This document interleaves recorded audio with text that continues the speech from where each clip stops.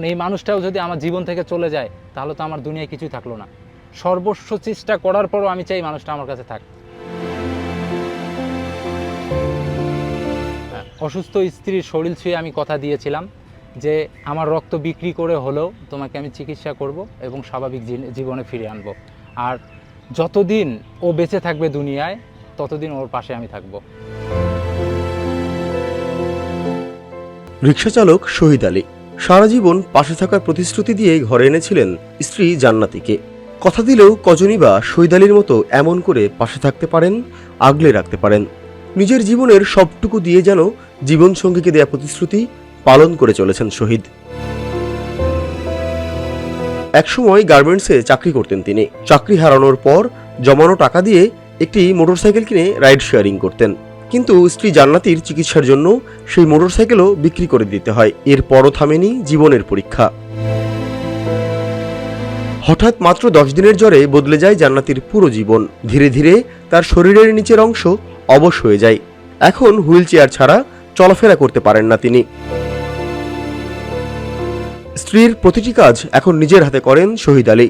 কোলে করে বিছানা থেকে হুইল চেয়ারে তোলা, খাওয়ানো, অজু, গোসল করানো, চিকিৎসার জন্য হাসপাতালে নেওয়া, সব এক হাতেই করতে হয় তাকে। কিন্তু শুধু স্ত্রীর সেবা করলে তো আর ক্ষুধার জ্বালা মিটবে না কারো। তাই দিনভর রিকশা চালাতে হয় তাকে। সেই রিকশা চালানোর মাঝেই নির্দিষ্ট সময় পর পর ফেরেন ঘরে। যা আয় হয় তা দিয়ে চলে সংসার ও চিকিৎসার খরচ। ওর পিছনে আমার সবই শেষ, বাইক শেষ, জায়গা শেষ, সব কিছু শেষ করে যখন আমি নিঃস্ব, পরে আবার আমরা ঢাকায় আসি। চিকিৎসা তো করতে হবে ভাই। আমি সব কিছু নিঃস্ব করছি, বাইক শেষ করছি, জায়গা শেষ করছি, করার পর শুধু মানুষটাই বেঁচে আছে। এখন এই মানুষটাও যদি আমার জীবন থেকে চলে যায় তাহলে তো আমার দুনিয়ায় কিছুই থাকলো না। সর্বস্ব চেষ্টা করার পরও আমি চাই মানুষটা আমার কাছে থাক। আমি স্বামী ছাড়া ওর আল্লাহর দুনিয়া, এই দুনিয়ায় ওর আপন বলতে কেউ নেই। আমি বলছি যে আমার রক্ত বিক্রি করে হলেও ওর চিকিৎসা করব এবং ওকে স্বাভাবিক জীবনে আবার ফিরাবো। এখন যদি মানুষের কাছে আমার হাত পাততে হয় তবুও আমি হাত পাততে রাজি। আমি চাই সারা জীবন যতদিন বেঁচে থাকবো আমরা দুজন একসাথেই, আর বাঁচতে হলে একসাথেই বাঁচবো, মরতে হলে একসাথেই মরবো। অসুস্থ স্ত্রীর শরীর ছুঁয়ে আমি কথা দিয়েছিলাম যে আমার রক্ত বিক্রি করে হলেও তোমাকে আমি চিকিৎসা করব এবং স্বাভাবিক জীবনে ফিরে আনবো। আর যতদিন ও বেঁচে থাকবে দুনিয়ায় ততদিন ওর পাশে আমি থাকবো। স্ত্রীর চিকিৎসা চালাতে গ্রামের বাড়িতে থাকা নিজের 12% জমিও বিক্রি করে দিয়েছেন শহীদ।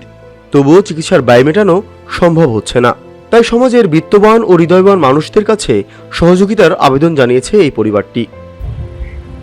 আমি গত 7 মাস থেকে অসুস্থ। আমার সকালের যত কাজ বাজ আছে, আমার প্রয়োজনীয় যা আছে সব আমার স্বামী নিজে হাতে করে। তারপরে মানুষটা একবার বিরক্ত মনে হয় না যে আমি এগুলো কিসের জন্য করবো? আমি একটা পুরুষ মানুষ হয়ে আমি তোমার এত যত্ন, এত সেবা, আমি এগুলো কিভাবে করবো? আমার এত বিরক্ত লাগতেছে, আমি পারবো না।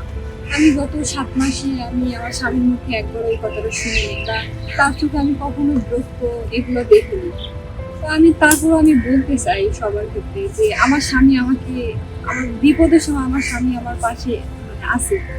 আমার স্বামী যদি আমার পাশে না থাকতো তাহলে সত্যি আমার যাওয়ার কোনো জায়গা নেই। কারণ আমার স্বামী যদি আমাকে ফালাই দেয়, না আছে আমার বাবা, না আছে আমার মা, আমি কোথায় যাব? বর্তমান সময়ে সামান্য ভুল বোঝাবুঝিতেই যেখানে অনেক সংসার ভেঙে যায়, সেখানে শহীদ আলীর ভালোবাসা, দায়িত্ববোধ ও ত্যাগ যেন মানবতার এক উজ্জ্বল উদাহরণ। ভালোবাসা শুধু কথাই নয়, ত্যাগ আর দায়িত্বেই যে তার প্রকৃত পরিচয়। শহীদ আলীর এই সংগ্রাম ও ভালোবাসার গল্প হয়তো সমাজকে সেই শিক্ষাই দেয়।